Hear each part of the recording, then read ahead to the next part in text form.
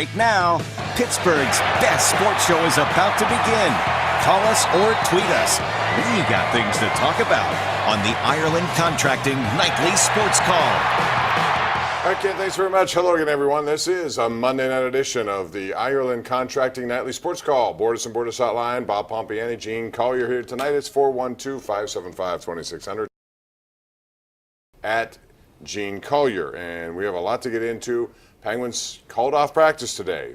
To some, that's the wrong move. To others, it's the right move. It depends on, I guess, the result in Game 4. Mike Sullivan called it off. They did a lot of work with video, I'm sure, today, but they did not go through a practice, even though it looks like they need some practice in trying to solve what we've seen from the New York Islanders. And I think it's time not to be surprised with what the Islanders do, because they have been this way all season long. And we knew it going in, but we thought maybe the star power would overcome what is a tenacious, fundamental team that sticks to their guns and does not leave any loopholes. Gene Collier, outstanding columnist with the Pittsburgh Post-Gazette, is here. And Gene, when I look at this series, I don't think anyone thought it would go 3-0 to start. And, you know, the Islanders have totally smothered the Penguins in many ways. But I thought the first game was a very big one because the Penguins won that game. Had they won it, it would have changed the complexion. Instead, they lose it on a bad turnover play, and then Game 2 is more shut down, and Game 3 is even more shut down. Yeah, you know, Bob, on Long Island for the first game the other night, I thought, you know, even if you believe that the Penguins are going to win this game, or win this series in 6 games, or even 5, whatever your opinion of them is, you know, that still leaves you 2 games that you're not going to win. And if one of the games you don't win is in overtime, you know, in the other team's building, I don't think there's anything necessarily wrong with that. But these last 2 games have really been out of character for the Penguins. I wouldn't have put money on the Islanders beating the Penguins 3 games in a row under any circumstances. So I don't get that. And I usually don't get feelings about games one way or the other. And when I do, they're usually wrong, Bob. But I was really shocked that the Penguins did not win that 3rd game. I was really confident. And I was more shocked at the way that it happened. There wasn't much of a pushback by the Penguins. Nope. The Islanders took care of everything. And tonight at 11 on KDKA-TV Sports, we're going to show you some sequences how guys were smothered, and there were nobody open at any times. They've done a very good job of that. But the Penguins have got to strike on the power play when they get those opportunities, Gene. That hasn't worked either. So they have a lot to work on. What would you do differently for game number 4, if anything? Well, I don't know. They've tried just about every conceivable line combination. I thought, you know, moving those guys around the way they did produced absolutely nothing. So there's really a lot to think about there. You know, the one thing I would try to do is not to take any penalties. I mean, the second game was lost entirely because they took 8 penalties, never established any kind of momentum. But the Penguins can't get any kind of forecheck going, and that's really a credit to the way the Islanders set things up. They have a very strict structure, the way they do things on their own end. They have a layered defensive system that, you know, has really, you know, proven too much for the Penguins to this point. Having said that, they'll probably win 4 in a row.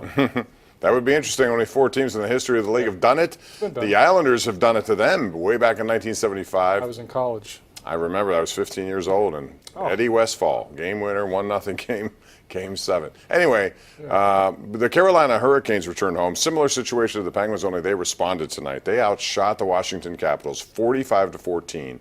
There was an interesting development early in this game because 19-year-old Alexander Svechnikov challenged Alex Ovechkin to a fight. Now, when I first saw this, I thought to myself, Ovechkin, what are you doing? The kid's 19. You don't need to fight him, but the guy wanted to fight. So he fought him, and guess what happened? Ovechkin knocked him out with a right that Mike Tyson would have been proud of, and he left the game with a concussion. I'm sure he didn't return. That point forward, the Carolina Hurricanes outshot Washington 37-10. They win 5-0. They showed a lot tonight. Yeah, they did. That's going to turn into a long series, I think. That was a stupid play.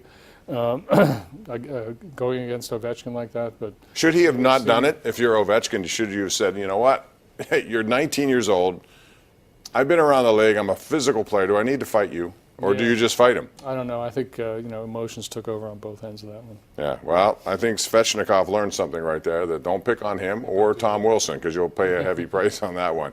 Anyway, the Pirates are off today. They're going to take on the Tigers tomorrow. And the Tigers put Jordy Mercer on the DL today, so he won't be in there for the series. The Pirates are 8-6, and did you know the #1 starting ERA in baseball so far belongs to Tampa. They're 1.47. The second best is the Pirates at 1.98 starting, which goes to show you Glasnow's part of that 1.47. Yeah. And both teams have two of the smallest payrolls you're going to find, but here they are coming up with prospects who are delivering, at least in that department. The Pirates have other concerns they have to take care of.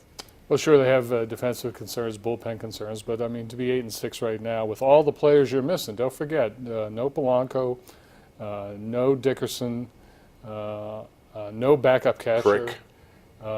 Crick on the DL. I mean, that's pretty good baseball, really, to this point.